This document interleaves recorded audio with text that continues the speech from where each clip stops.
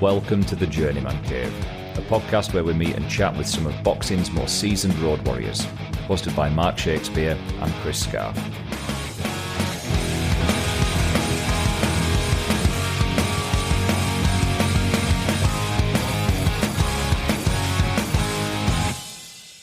Welcome back to the Journeyman Cave, everybody, for round 20.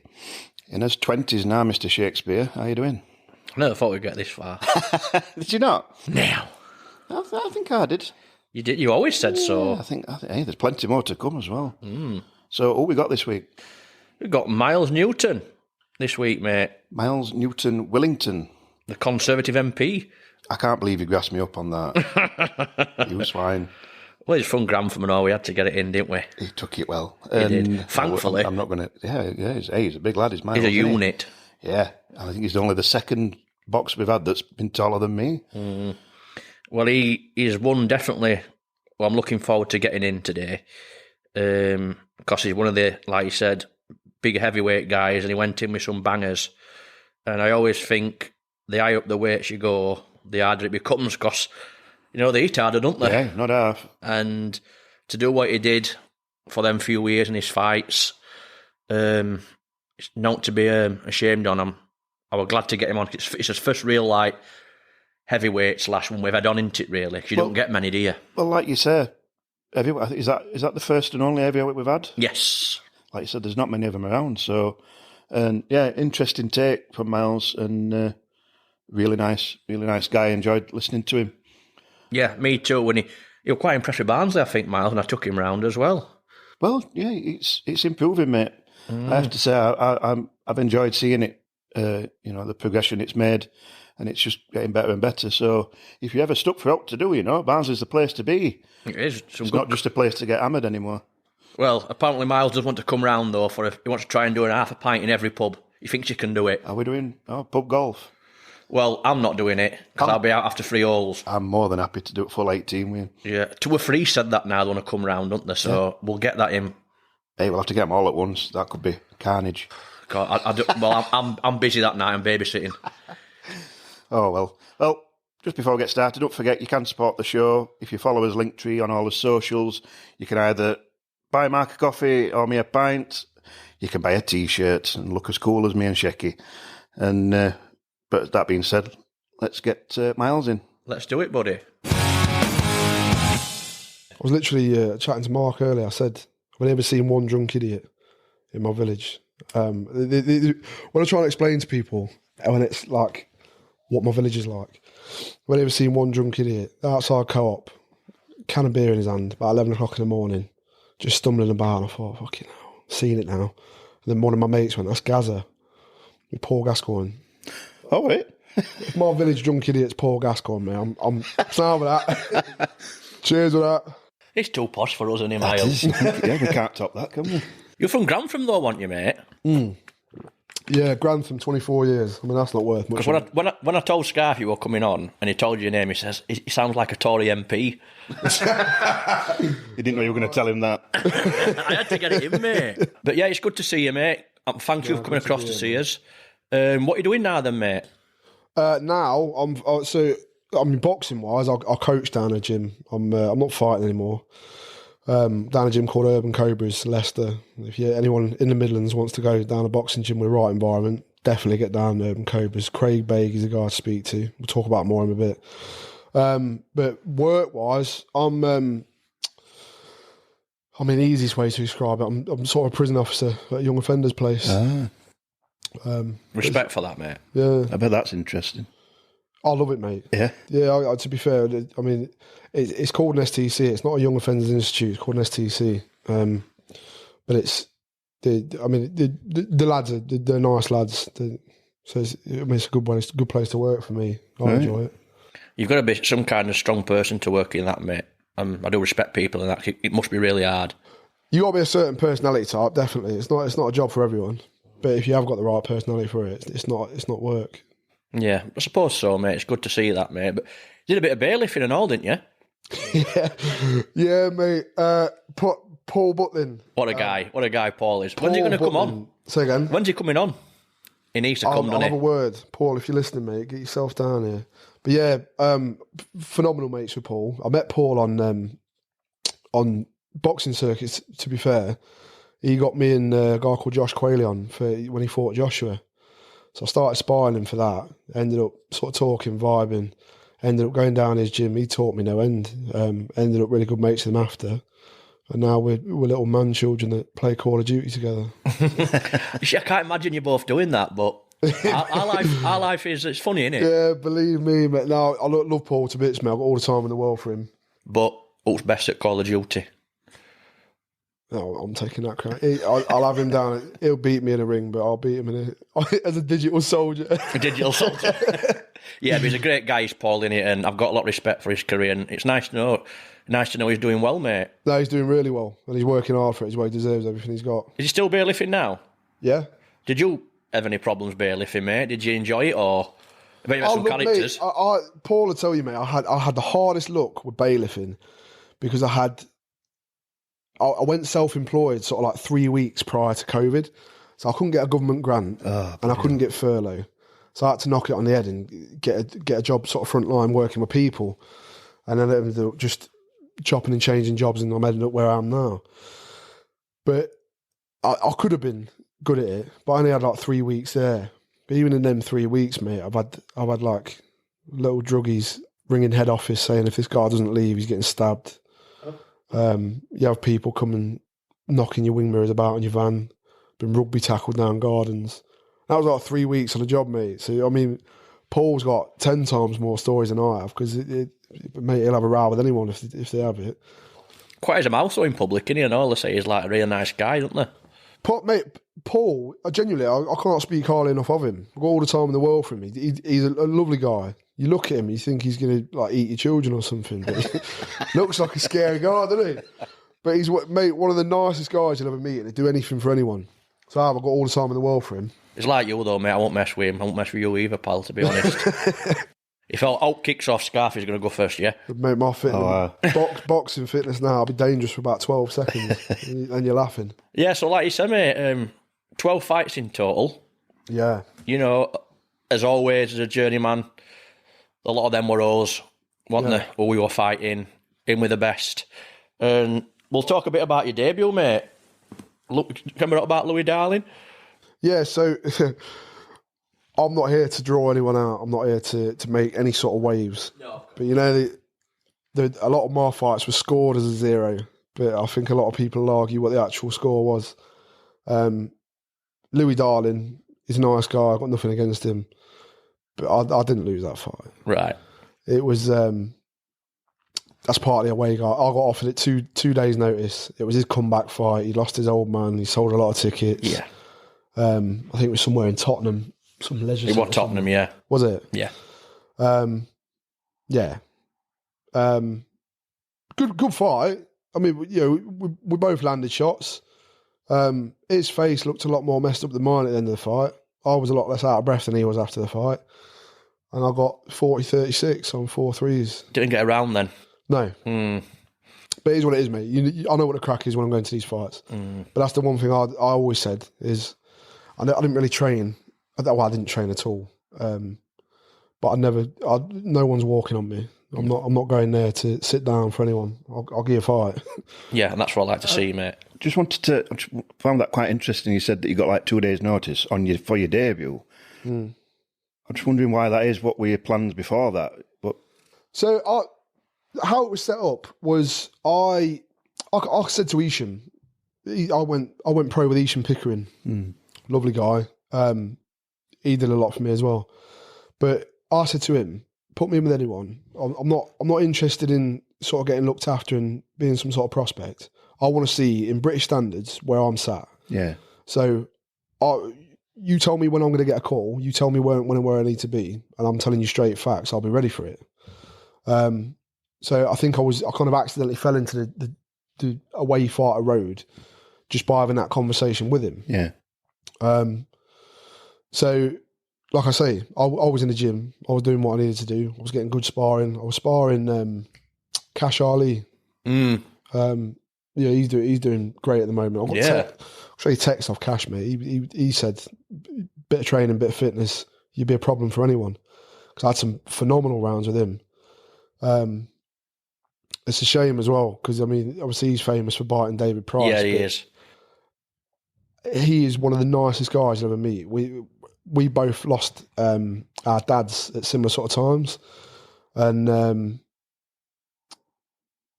what was he saying? I just remember having that conversation with him, that boxing was him and his dad's thing, and boxing was mine and my dad's thing, and we sort of really gelled off that.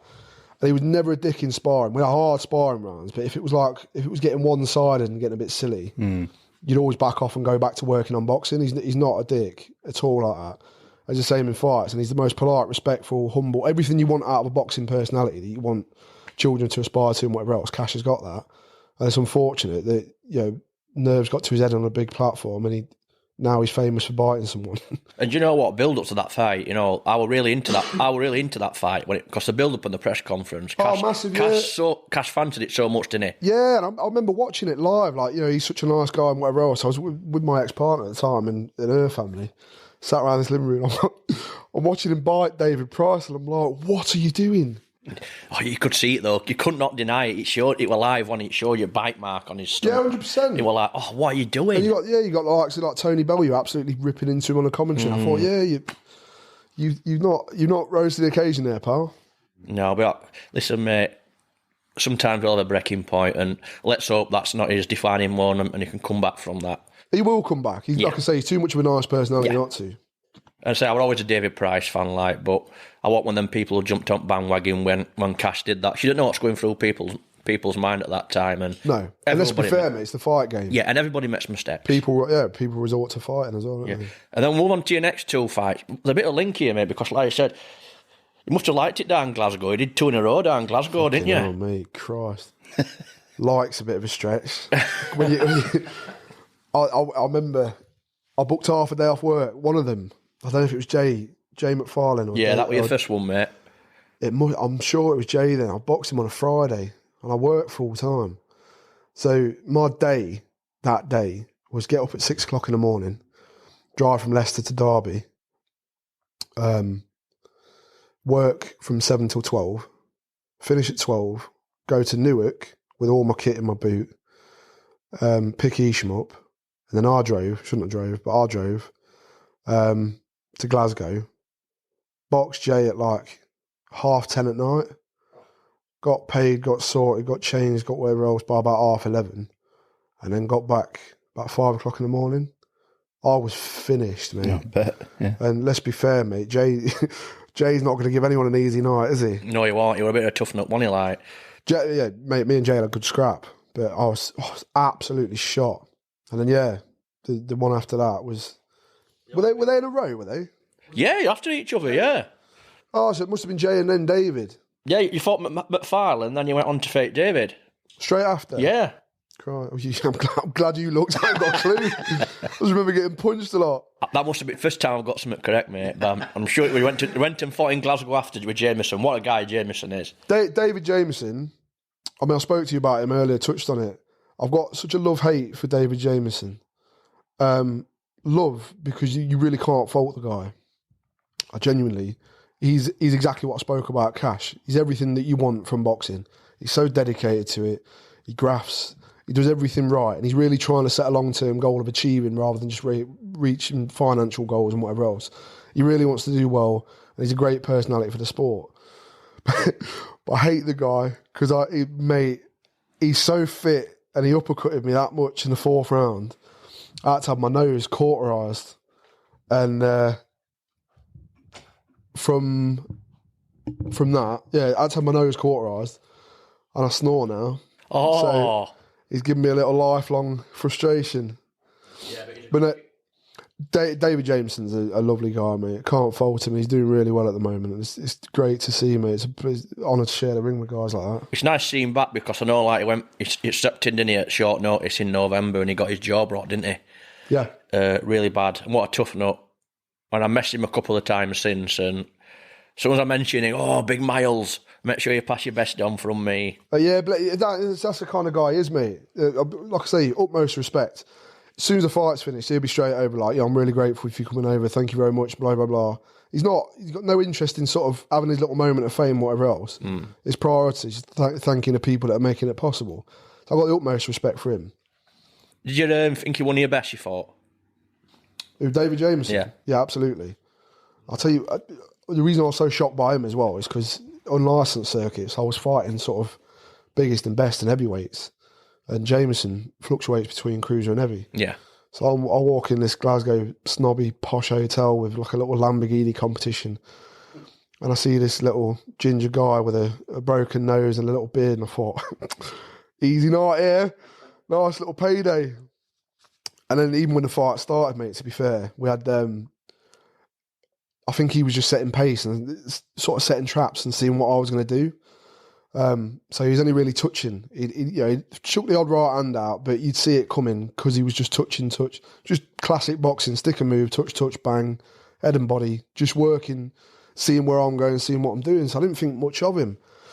And he come in for a little flurry in the second round, and I tucked up, held it. As soon as he stopped punching, I gave him the dirtiest left hook to the body. And I saw him wince, and I saw him crumble a little bit. Like, obviously, yeah. like he had to fight to stay up. I thought, you're finished, mate. I'm on this. So I absolutely jumped on him, went silly on him, completely forgetting I've not trained at all for this fight. I've not got the cardio to do what I'm doing. And after about 40 seconds of trying to take this guy's head off and having absolutely zero success, I was finished. You know, when you properly like mouth open, done. And he's still looking quite fresh. And then the bell went. I went back into the corner. I got zero cardio, done zero strength conditioning, zero hip workouts. A minute goes by in the corner. He comes out, sort of bouncing on his feet, nice and lively. I'm still, I'm done. So, like I say, mate, the last 2 rounds, this guy was punching me for fun. Great pressure, kept his range and his proxemics absolutely brilliant, and was hitting me with some fucking dirty shots, excuse my language. Yeah, but respect though, mate. You got through with that, didn't you? Oh, yeah, I finished stood up. There's not a lot of people that can sort of get me down and keep me down, to be fair. But yeah, the last 2 rounds, because of me trying to capitalise on a body shot, huge learning curve that was. Sometimes you get that money shot and you think, this is my 100%. time. I had 6 minutes of learning the hard way then, though, trust me. Definitely. And then, not in Glasgow, you got your big win, mate, against a Glaswegian. Oh, was it? Yes. Oh, look like these Scottish guys, don't I? That's 3 in a row it was. Was that Jamie Anderson? Yeah, Jamie Anderson. So that fight then, that would have been, yeah, I told you, David Jamieson uppercutted my nose for a laugh, mate. He was giving me them little Eubank sort of dip, throw the uppercut, throw multiple of them. I just remember I couldn't get away from that uppercut. So when I fought Jamie Anderson, my nose had obviously been burnt up and trying to heal, but it'd been 8 days. I fought Jamie on the Friday. So it would have been David Jamieson on the Friday, the 1st of March. So then the following Saturday, because you've got to wait a week at least. So yeah, I boxed Jamie Anderson on the Saturday, then it would have been the 8th of March. And my nose, mate, so he come out quite heavy-handed. Sort of wanted to set my head off early doors. And missed a lot of shots. But then he just caught one little clean, little straight down the pipe, right hand, square on my nose. And I kind of backed away from it, saw it coming, but not enough to get rid of it. So it didn't have full impact, but it was enough to pop my nose straight away. First round, I thought, here we go. So I can't breathe out my nose now. Well, like a minute into the first round, I've got a full fight to go, and I'm thinking, I can't do this. So I started getting lively, jumping around on my feet, plenty of range, boxed him at range, like a little sort of imagine like a B-Tech, fat, white, bold Prince Nazim. That's not as good, not as slick, but that kind of style is what I was going for. Keep it range, in and out. You could move about though, mate. You could. Yeah, and I think that was a lot of what people didn't expect when they fought me. They come plodding towards me and then think, hang on a minute, he's not there anymore. I look like I'm going to be like a little hook monster, just plod forward and throw these bangs and tuck up like a butterbean style, but I'm not. I like being in and out of my feet. So I did that with Jamie Anderson and did that for 2 rounds, and I stopped him in the 3rd.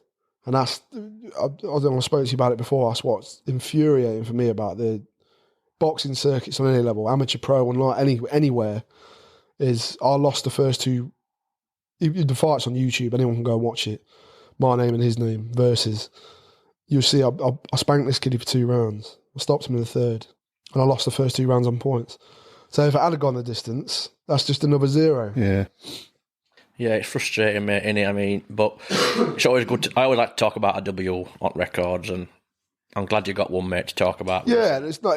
It was by a stoppage as well. Coincidentally, it was obviously the only fight I won. I won it by a stoppage, and I had Peter and Hugh Fury ringside. So I had a nice little claim to fame, people watching. Obviously straight over, out of condition, completely out of shape. I was like, how do you think I boxed? No Tyson there then? No, he was supposed to be there, apparently. That's what Peter said. But he was obviously otherwise engaged with something. I can imagine he's quite a busy man. Well, I've heard he's got one of our T-shirts for you now, hasn't he? Supposedly got a Stainforth Chuck Norris one, hasn't he? He loved it, though. I showed him Stainforth Chuck Norris T-shirt. He said he was loving it. Yeah, I love that. I'm just gutted that Miles ain't still boxing, so we could have done a cracker for you, mate. We could have done an absolute peach, mate. So that's a good win, mate, there, mate. It's good to get that one on. And then we'll move on to a kid called David Abraham. Dave Abraham. I boxed him at York Hall, Bethnal Green. Yeah. I don't know. Dave beat me. Yeah. He was a fair and square win, but like, I ain't really got a lot of time for Dave. He didn't take it very well, did he? No. So, as I spoke about David Jamieson, as soon as the fight's over, mate, he straight away really appreciate the opportunity. Thanks for coming. Blah blah blah. He's that guy, and that's kind of what you not expect, but that's sort of your general etiquette of. I'm here to help you out. I'm not coming to lose, but I'm taking it at short notice. You're the one who's trained for it. You're the one who's. I'm just a last minute guy. I don't know anything about you. And you got all your home crowd here. I'm doing you a favour. And we had a good fight. He landed a lot of shots. Mate, what is he, like 6'5", 22 stone? He's a monster. And it's very rare someone makes me look small. Yeah, but he did. And he was one of them. Like, he's trying to fucking stare me out like Ivan Drago before the fight. I'm like, we're at Bethnal Green. Shut up, you silly guy, mate. And as soon as the fight's over, the first thing he wanted to say to me was, I nearly stopped you then. No, you didn't. Yeah. No, you didn't. You couldn't behave yourself. So yeah. Like I say, he put something nice on Facebook afterwards, but on the night, I saw his true colours. Didn't really rate that. Didn't really respect that. No, it's not nice, that, mate, is it? But hopefully, like, at least put someone afterwards that on Facebook, so a little bit redeeming features there. Yeah, mate. And to be fair, mate, I've got a lovely photo with him. Yeah, I'll send you it. Yeah, we'll have that one, mate. We'll add it to collection when it finally gets built. That is nice, man. I've got it up in my living room as well. Yeah. So I'm going to go on to the next one here because I think Scarfe will like this, mate. Go on. Right. You had Ryan Charles, didn't you? Oh no! Yeah, I did. Yeah, can't believe it. Who's Ryan Charles? Well, the reason I think you'll like Ryan Charles, Scarfe, is he had a cracking nickname. All right. I know what Miles is going to say after, but his nickname was Run 'em Over. Oh, nice. This guy couldn't run a bath, mate. Run him over. That's good. But it's a good nickname, though, mate, to come into. Do you know what? I'm not here to draw it. Like I say, I'm not here to talk crap about anyone. He did win. He won fair and square. And he won by a stoppage. I couldn't believe it. I don't know how much mate. I spoke to Mark about this. I should not have passed that medical. I'd had about 5 beers that morning because I was told the fight was cancelled. Now I got another phone call off Ish saying it's back on. Do you still want it? I got kind of stuck. Yeah. You're right. Yeah. So he came and picked me up. Went down there. And I'm on the way from Grantham now to Bethnal Green, southbound towards London on the A1. I can feel all this Stella just oozing out of me. I'm like, oh, fuck, what am I doing here? What am I doing? Get down there, past the medical. I'm in the change rooms then. All I wanted was just a nap. Yeah. Yeah, it felt horrible. Give me a beanbag and a fucking rom-com, mate. I would have been well away. Not in Bethnal Green waiting to fight. And... come out. I don't even know if it was the first or second. I don't even know what happened, mate. But literally, I'm boxing quite nice. And then just last minute, I see this little right hand, straight through the middle. A little bit like a white flash happened. And then all of a sudden I'm on my knees, mate. What's going off here? So I got up, about 7 or 8 count. Ref said, "You're all right." I said, "Yeah." I said, "Put your hands up." Put my hands up. I said, "You're all right to continue." I said, "Yeah." And he waved it off. I'm like, that's weird. that stuff like that. It's so infuriating because, I mean, look, my other stoppage loss was Lucian Atana. But if you look at the Ryan Charles loss, like, I've lost fair and square, plenty of fights. I've got no ego about that. But Ryan Charles, mate, I did not lose that fight by stoppage. And it's infuriating because I don't know where, he's a London-based kid. I don't know whereabouts. But I'm a Leicester lad that took it at short notice. Well, a day's notice, realistically. Fight was back on that morning. And you just think, mate, you can't do anything about it. Yeah. When you lose like that, the ref's there, he's got 150 people, and it's me and Ish. We turned up in a little set on. What we're doing. There's nothing you can do about it, mate. You're just going to take it on the chin, but it hurts. But it's frustrating because that's how, I'm doing it to get a livelihood. I'm doing it to save money and get in a better spot. So when you get stopped, you have to be signed off by a doctor and you can't box for 28 days, depending on how bad the stoppage was and whatever else. But it's a minimum 28 days. And like I say, March 2018, for example, or 2019, whatever it was, I was out for 3 times in a month. So I was trying to, I was busy, do you know what I mean? So getting that stoppage loss and on my record, that was never nice. But then also I can't box 28 days. It was awful. Yeah, frustrating. But yeah, no, Ryan Charles, man, couldn't believe I got a stoppage loss to him because he's a nice kid. I've got nothing against him, but he's not a knockout artist. He is not run him over. Yeah, he is back out, next month. He's coming back. Oh, yeah, wish him all the best, mate. Yeah. He can box. Let's face facts. I don't think his boxing's 2019. It just, the rumours, I'm sure he's fighting next month. Well, so it's a big, you know what I mean? That's a fair. Does anyone know why he stopped? Because he got a couple of losses after me, didn't he? I think was he 4-0 or 4-1 or something when he fought me? I don't know. Something like that, yeah. He had no knockouts. I was his first stoppage, which again, even more. He run you over, didn't he? Yeah, you're right. Yeah, he ran me over. Yeah, He wants to get that in, didn't he? Come run a bath. I love it. Yeah, we'll wish him all the best in his comeback anyway next month. If it's true. Same, man, like I if say. it's true. I've got no hard feelings about it. And then, this is my favourite fact I've been wanting to ask you about. Cracking journeyman, still going now, Mr. Phil Williams. Oh, mate, Phil. So we spoke just before we jumped on here about sort of respect and who you got respect for in boxing and stuff. And everyone's got their own opinions. Like, your Furies, your Joshuas, all these famous guys that live and breathe the gym. You really can't fault them. They deserve the respect that they get. But next to that, below me, is all the away guys that don't get a shout out.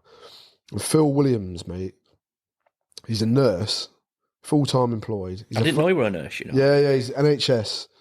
So he works silly hours, especially during COVID and pandemics and stuff. What he would have seen some stuff. He would have done some silly hours, and he would have been a very stretched job. He's a family man. He's not massive. He's probably like 15.5 stone, 6'1", 6'2", maybe. Tough as nails, mate, and he's such a nice guy. He knows what the crack is, but he's same as me. He'll jump in with absolutely anyone at absolutely any notice. He'll take over in the gym, do what he needs to.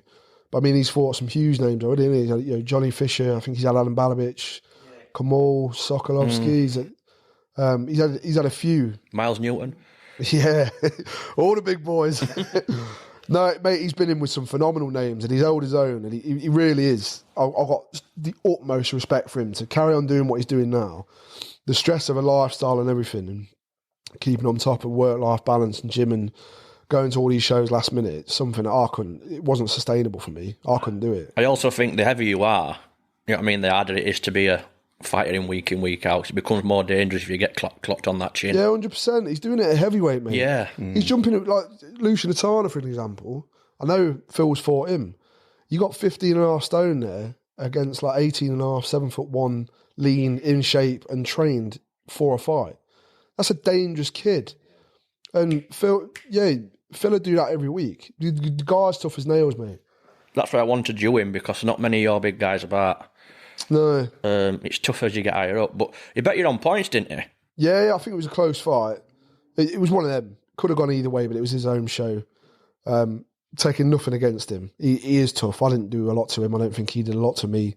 But you know as well as I do, when you're in a away corner, you got to take it to someone. And I couldn't with him. So it was, probably a close fight. But Well, pass his best on from him because we'd love to get him on in the future. But no, I will. Phil was a phenomenal lad. Yeah, I didn't know he were a nurse, so, you know what I mean? It must be tough, like you said, because we all know how nurses. he juggles what he does, genuinely, I couldn't. That's fundamentally why I jacked in. Wasn't feeling it. Completely fell out of love with boxing. Didn't like it. Couldn't find a passion in it. It was just such a chore trying to maintain work, gym, and fighting at the weekend. You're giving up your life. You're giving up holidays, social cracks, whatever else, to go and get absolutely filled in by strangers. Do you know what I mean? To get booed coming out. It's a lot. It's a hard lifestyle to sustain. And for how he's done that, I can't do it. I'm telling you facts. It's phenomenal what he does. And we said as well, didn't we? Not many stop him, is there? No. Not many stop him. You know, mate, Phil's tough as nail. You can catch him, but he'll take it. He's got a chin and a half on him. Very, very good. Good lad. I'm so glad we mentioned Phil. First time I mentioned him, I think, on the show, so I'm glad about that. And then you went in against Robin Dupree, was it? Yeah, Robin Dupree, yeah. I think he was a cruiser, and he went up. No offence to him, it wasn't really a memorable fight for me. It was that was a very day in the office for a journeyman fight. It was for me. You see, the only reason I mentioned him was because his two losses were against Chris Bellum Smith, who's doing really well now. Solid fighter. And also a one I also like to watch. Well, Luke Watkins was only lost against Best. There is two losses. So he's only lost against the Best. And I wonder if I just wanted to mention him just to see if you thought about him. No, I'll be honest. I'm not taking anything away from his ability, because you two will both know it's styles that make fights, and I think I'm a really uncomfortable style for him, and I don't think I'm anything that he expected. So if we had a rematch, he might have done better and whatever else, or I might have done.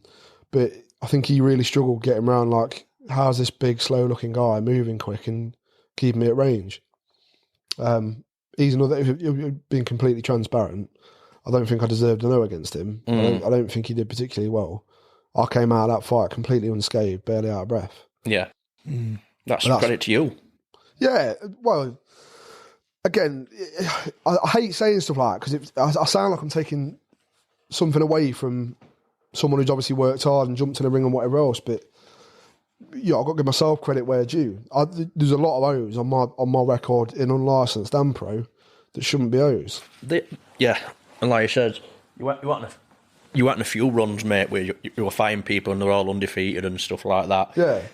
Don't get me wrong, some of them that we mentioned, I've been spanked fair and square. I'm not sure if Robin's still going.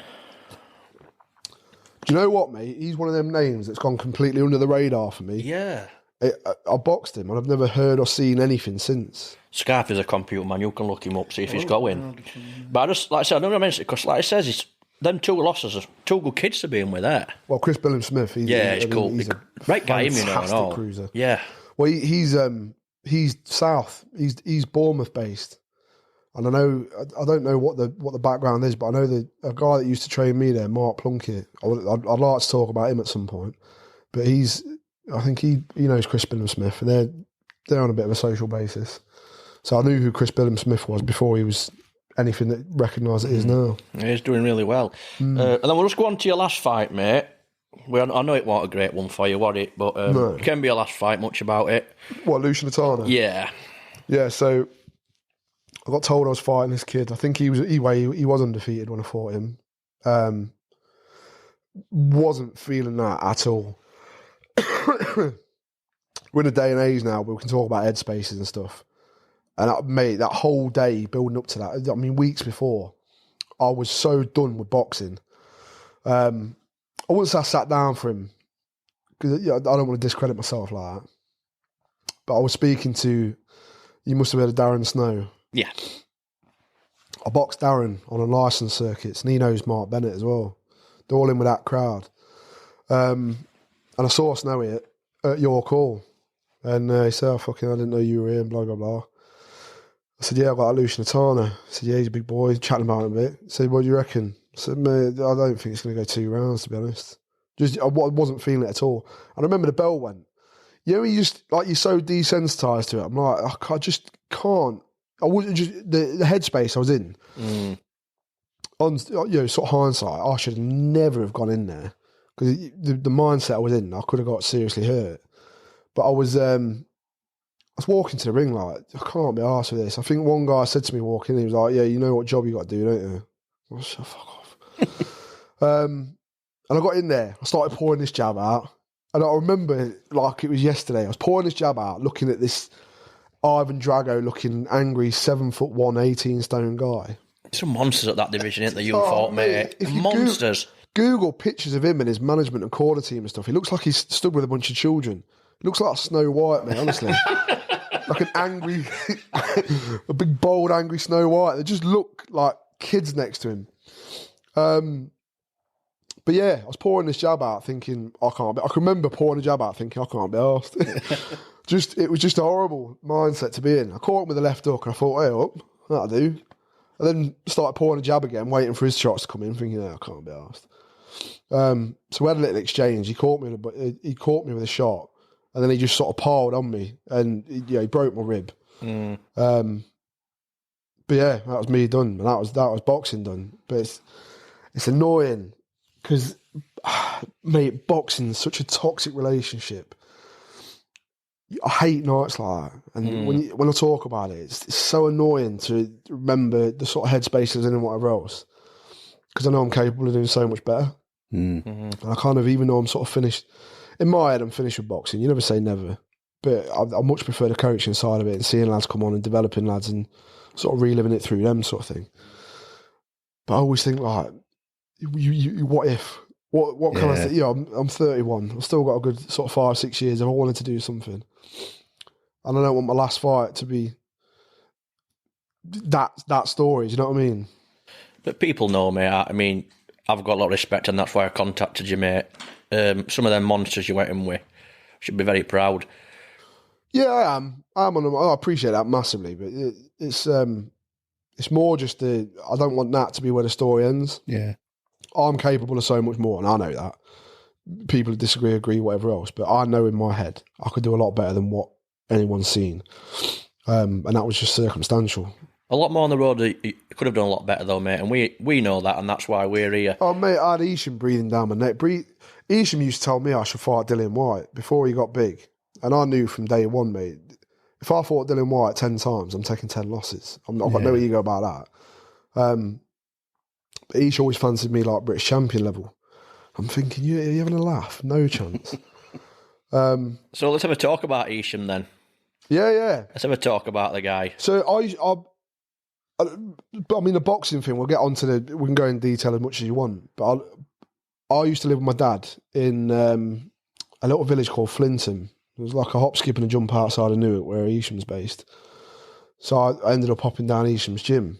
And you just gel with the guy. For what he's achieved and who he is, he's very, very down to earth. He's just one of the boys. You can walk in and talk to him, but then you look on Google, he's Ingles trained, sparred Nazim and Kell Brook, and he's British, European and Commonwealth. Achieved what loads of people dream of. He's a world title contender. And I could bring him now and just say, do you want coffee? And we'll go for one and whatever else. So it was nice to have that little support. And unfortunately, 2016, about a year and a half before I turned pro, lost my dad. And Isham was one of them guys. He was just there. He was on it. I used to go and train down his gym 3 or 4 times a week. When my dad passed, he never charged me a penny for it. I'd just chill in the gym with him. More time we'd just chat and go for a coffee afterwards. So he's a good little support network to have. So I ended up going pro circuits with him and doing a similar sort of thing. We're just up and down the country, filling people in. And getting filled in. Yeah, but he's a nice guy, down-to-earth guy. I mean, I message him from time to time, and you can guarantee he'll always get back to you. And 100%. Yeah, he wants the best out of people in his circles. You can't really fault that from a coaching perspective. He's got one at best. Well, he had one at best in his books and all, didn't he, Mitchell Smith? Oh, Mitch, mate. Yeah, I've done more body sparring rounds with Mitch than I don't know what. Is he a tough lad? He's tougher than tough, mate. Yeah, I've imagined that. I can bang Mitch like a heavyweight. I did. And he'll take it. I mean, when I spoke to Mitch last, I've not spoke to him in years, mate, but obviously I hope he's doing well. He is doing well, I think, like 74 fights or something, 64 fights or something silly. Phenomenal journeyman. Tough as nails. But in the gym, everything is just neat, exactly how it should be. And he was in the nicest way possible. I think he was built to be a journeyman because he's phenomenal at surviving. You could put him in there with the best in the world. He's not going to get hurt. He knows how to get away and get rid and keep his range and just constantly get rid of people to not take punishment. Same as like Kev McCauley. Oh, what a people guy. like that. Yeah, love Kev. So, and yeah, Mitch is one of them. He's phenomenal at craft and not taking punishment. Yeah, he's coming on, is Mitch, but obviously it's getting him. He said he'd come down from Lincoln to see us, but Ishan will put us in touch with him. And I'm sure he'll be coming on very soon. He'll be coming on. I hope so, man. Can we just go back to, because you were saying leading up to your last fight that you were done with boxing. How long had that been coming? What was your mindset? What had led to that? Because so, like, obviously, after the Louis Darling fight, that was the first fight, and for me, I won that fight. I'm not bitter about it. I've lost plenty of fights fair and square on some of them pro fights, but Louis, I thought I won, and it changed my mindset. I was like, do you know what? Fuck it, let's just get a payday. Let's put myself in a good spot money wise, save up, buy a place, which is exactly what I did. I just went on road, and you quickly learn, like I said to you, when you're working full time, and then you're trying to juggle training, and you're trying to juggle a social life, and you're giving up weekends to go to a place you've never been before, get booed by a few hundred people, get spanked, and then leave a bit like, you filled in, nose cauterized, broken ribs, whatever else. It's very easy to fall out of love. It's not an enjoyable experience. So, I mean, after the Robin Dupree sort of Phil Williams type era, 3 or 4 fights before I stopped boxing, it was a chore. Yeah. But likewise, when you're getting, I mean, the most I got paid was like $1,500 for 6 threes. That's a lot of money, man. And, I had 3 fights in a month. Yeah. 1 month. It's hard to, all right, it's hard work. Yes, it's deflating, whatever else, but I'm getting silly money for it. I'm tucking a lot away. I'm getting myself in a good spot. So I think it was more just when I got in a good spot, I was just sick of it. Yeah. So that's why I got to that point myself. But again, that's wrong environment. If you have the right structure and the right environment, you enjoy things a lot more, don't you? Yeah, absolutely. So while we're at that then, mate, could you tell us about Mark? Oh, what, Mark Plunkett? Yeah. Yeah, so Mark, it's frustrating because I mean, I don't even think I've had like a proper conversation with Mark about how in depth he helped me. So I told you I was NFA homeless, living in a mate's garage when That's tough. Yeah, horrible time, mate. We all go through it. I mean, I've had a better life than most, but everyone experiences their own little hardship at some points. That was mine. I ended up moving down to Bournemouth. I lost my dad and my stepmom, and I lived with them. So I ended up, when they died, lost the house, lived in a mate's garage. And my brother lives in Bournemouth, and he took me in down there. So I got the little family life, but I had nothing to do. There was nothing there. So obviously straight down the boxing gym, went down there, I want to make a bit of cash. Can you get me some fights and blah, blah, blah. And the owner, Mark Plunkett was the boxing trainer down there, but there was an owner, Jimmy someone. I can't remember what the gym was called, but Mark set up his own gym now, Body Snatchers. And mate, the guy was he's so helpful and he's so nice. He's made the whole boxing class, he made like a proper little family environment. They go out for food and do stuff, and you get such a nice sense of just good people there. And Mark's made all of that. And he's got his own gym now, Body Snatchers, that's doing really well. It's him and his son that run it. His son's called Mark as well, MJ. But he deserves every bit of success he gets. He got me out of such a tough spot. I don't really think I've told him in detail how much. I mean, I said thank you and whatever else. We've had our chats. But obviously, I lost dad, stepmom. I was having a horrible time. And Mark was like a huge fundamental factor to getting me back on sort of a good path and get my head straight. Got me back in a routine, got me fights, got my little success back. Taught me a lot of new skills of boxing. You got me the right sort of training environment and developed me massively as a boxer. So he was obviously a huge factor to me turning pro because I'd got this new ability and I was doing well and whatever else. But getting the mindset right, he got me out of a massive rut. And I will forever be grateful to Mark Plunkett for that. Yeah, it's good. That's nice to hear that, mate.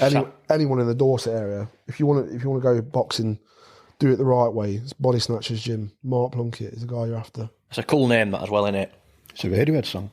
Is it? We had the same nickname as well. Just complete coincidence. Was that your nickname?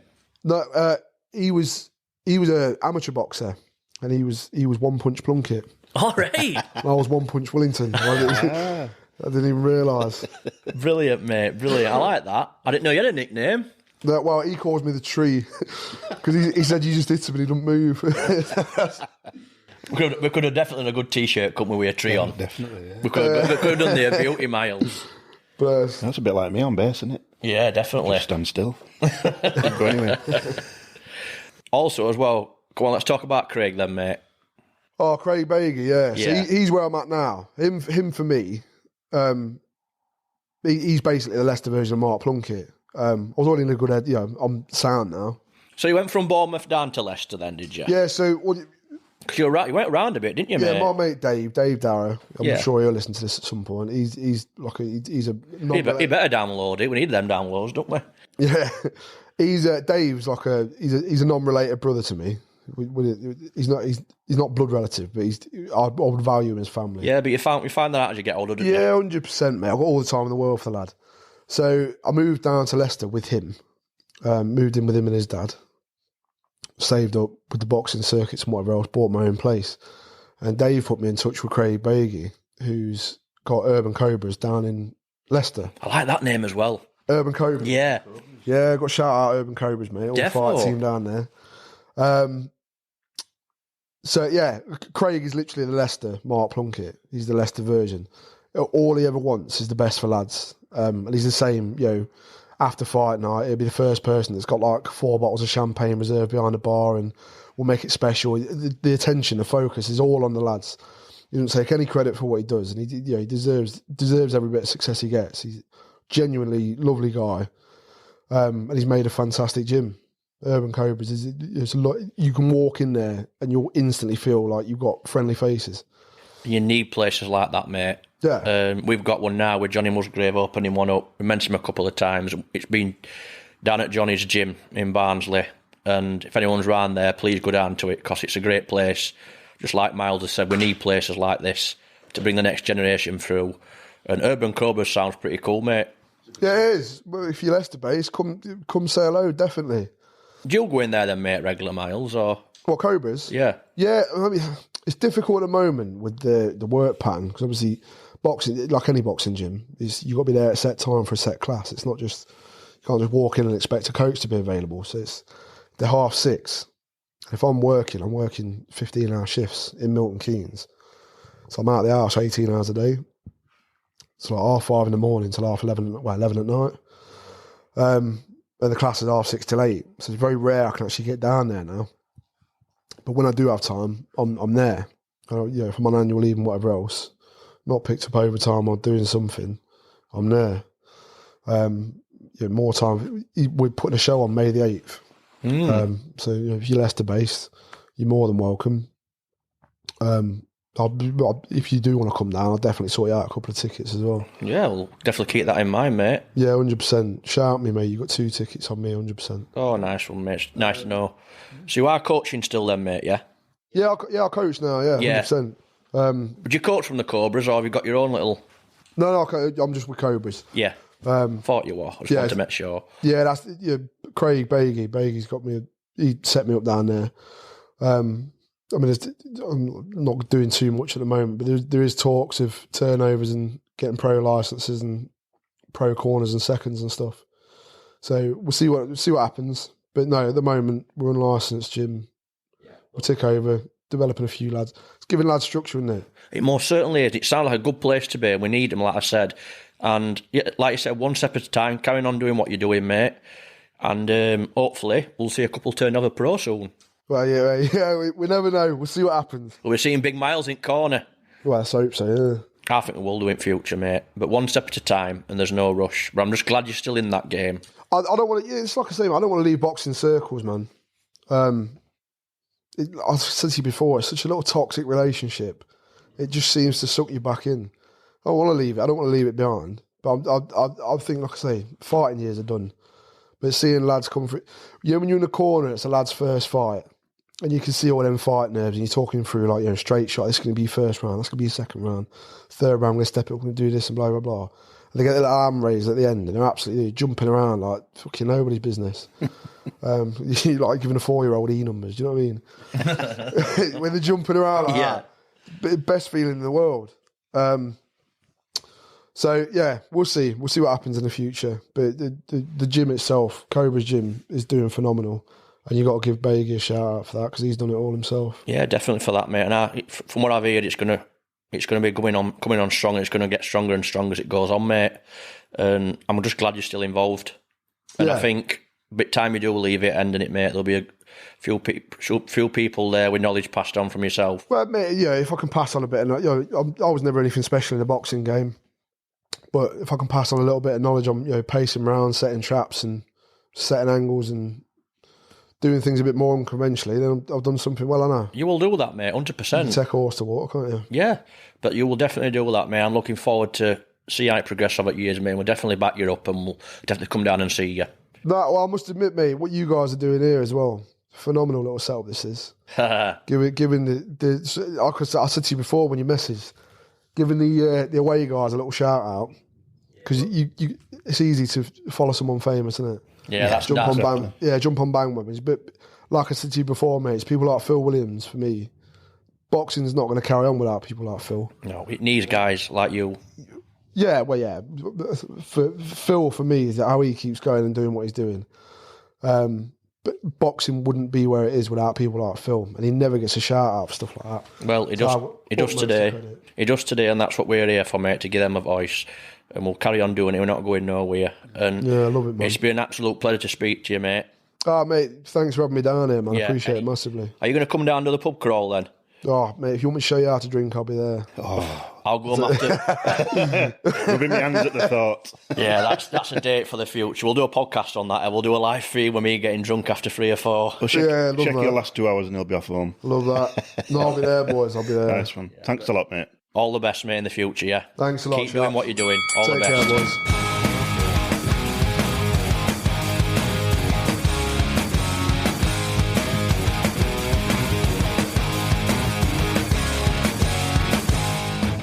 The Journeyman Cave is produced by James Proud. Music by Ryan Carrier. Special thanks to Rhythm Inc. Studios for hosting. All views expressed are of the guests only. The Journeyman Cave and host bear no responsibility for any opinions given. Follow us on Facebook, Instagram and Twitter @The Journeyman Cave.